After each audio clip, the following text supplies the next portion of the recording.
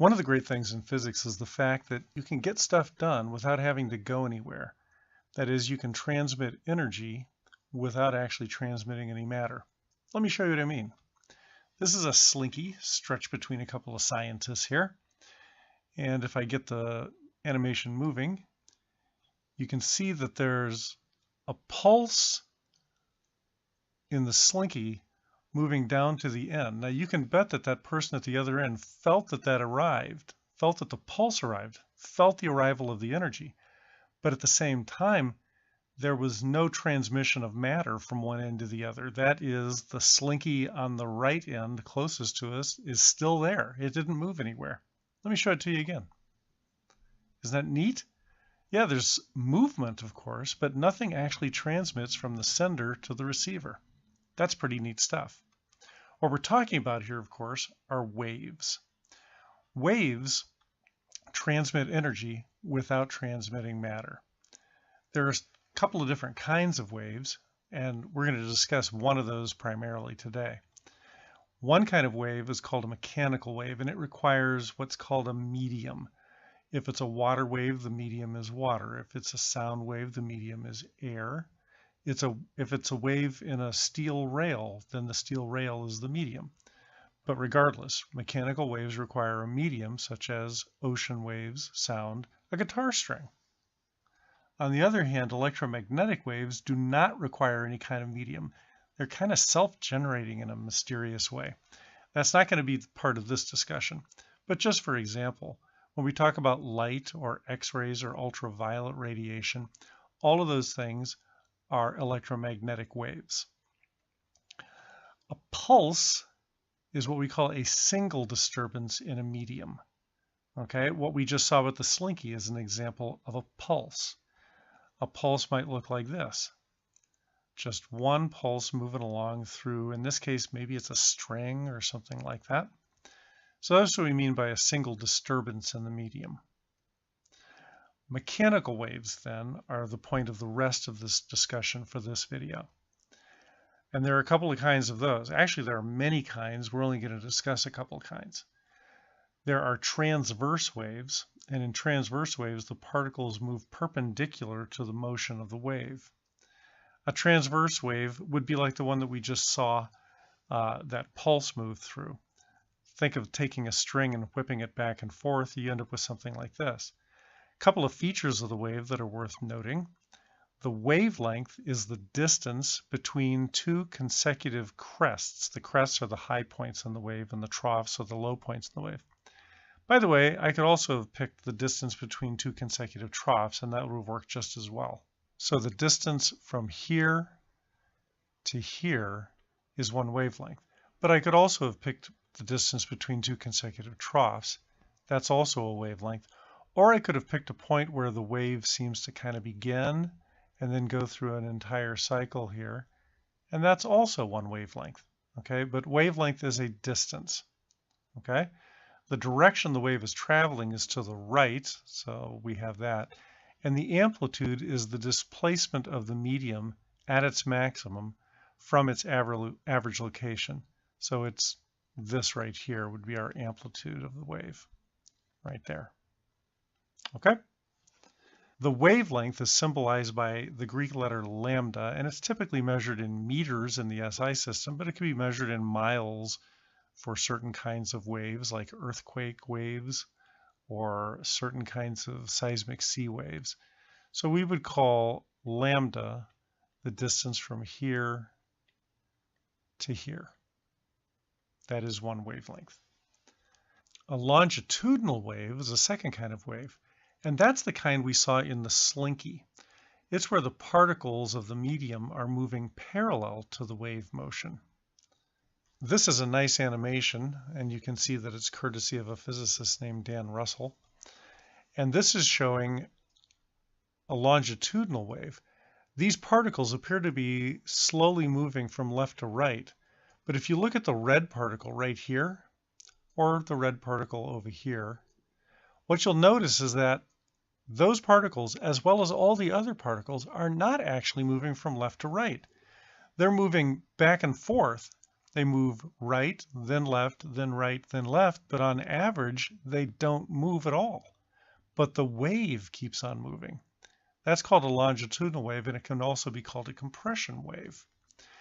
The compressions are regions of high density, like right here, and right here, and right here. Rarefactions are in between the compressions, so that would be right here, and right here, and right here. The wavelength is the distance between two crests, or two compressions. So the wavelength would be about this far. As I see it, if I can be quick, the wavelength is about that big. Okay? You have to be quick about it because they're moving.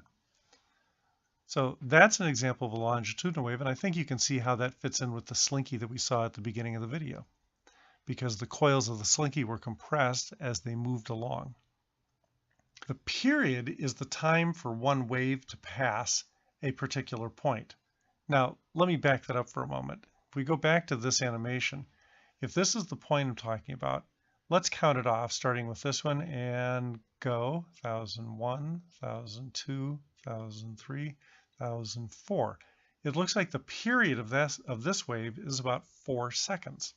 Okay, so that's the time for one wave to pass. The frequency of the number of is the number of waves passing per unit of time, or the number of waves per second.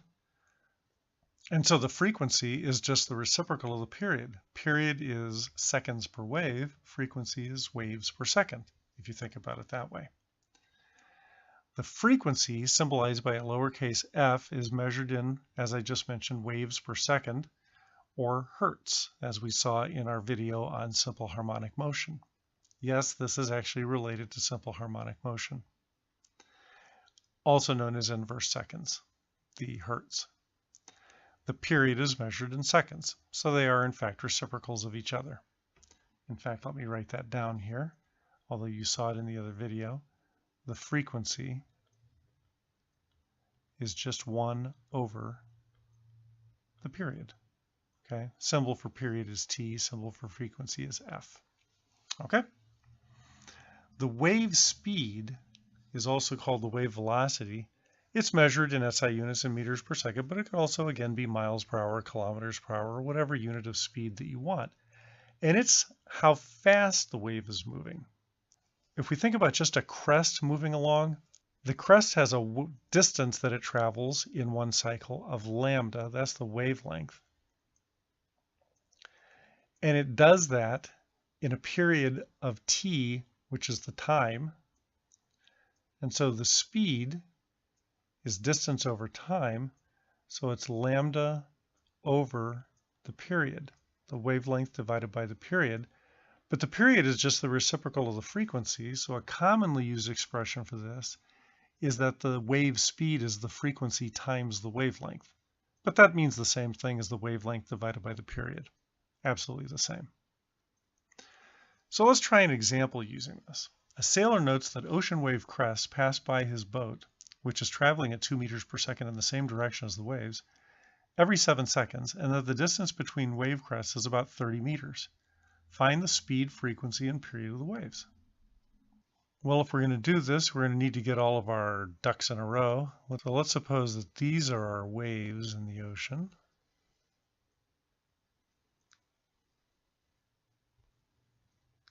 Okay. And they're traveling in this direction. And this is our boat. Maybe we'll put a little sail on it. And we know that the speed of the boat is in the same direction as the waves, and it's going 2 meters per second. So let's figure out what things we can know. We know that the crest, let's say the wavelength is from here to here, that when a crest passes, that another crest is about to catch up, and it will catch up in 7 seconds.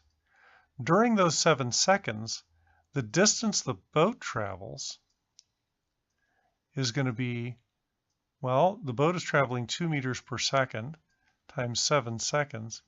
the boat travels 14 meters. Okay? The distance between the wave crests, the wavelength right there, we know is 30 meters. So what does this mean? Well,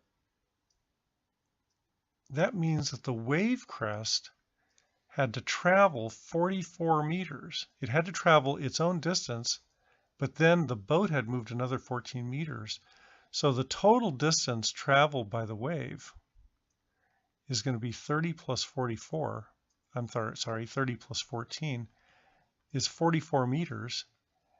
And it did that in a time of 7 seconds. We'll call that delta t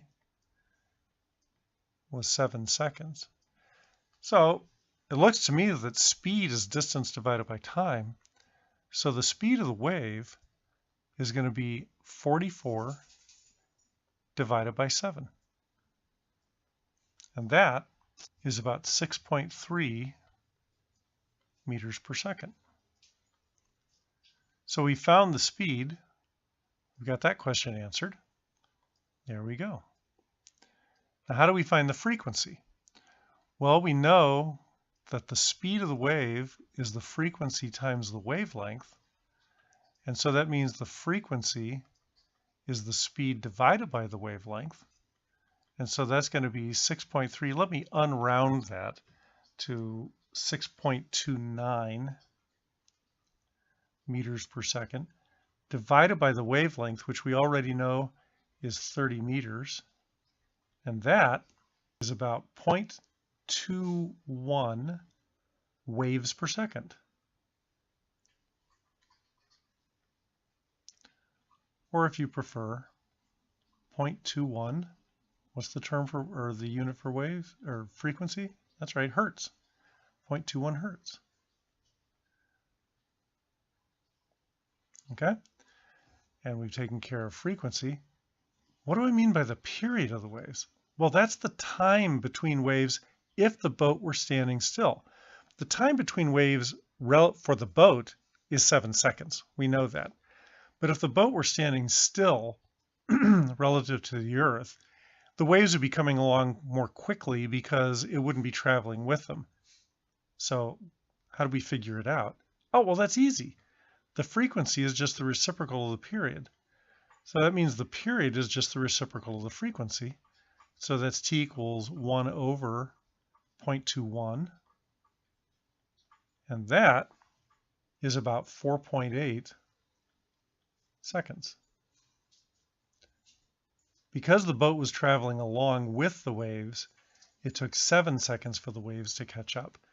But in reality, the period is actually only 4.8 seconds. All of that makes sense? All right. Hey, guess what? We finished that one too. And that is today's lesson, A Little Introduction to Waves.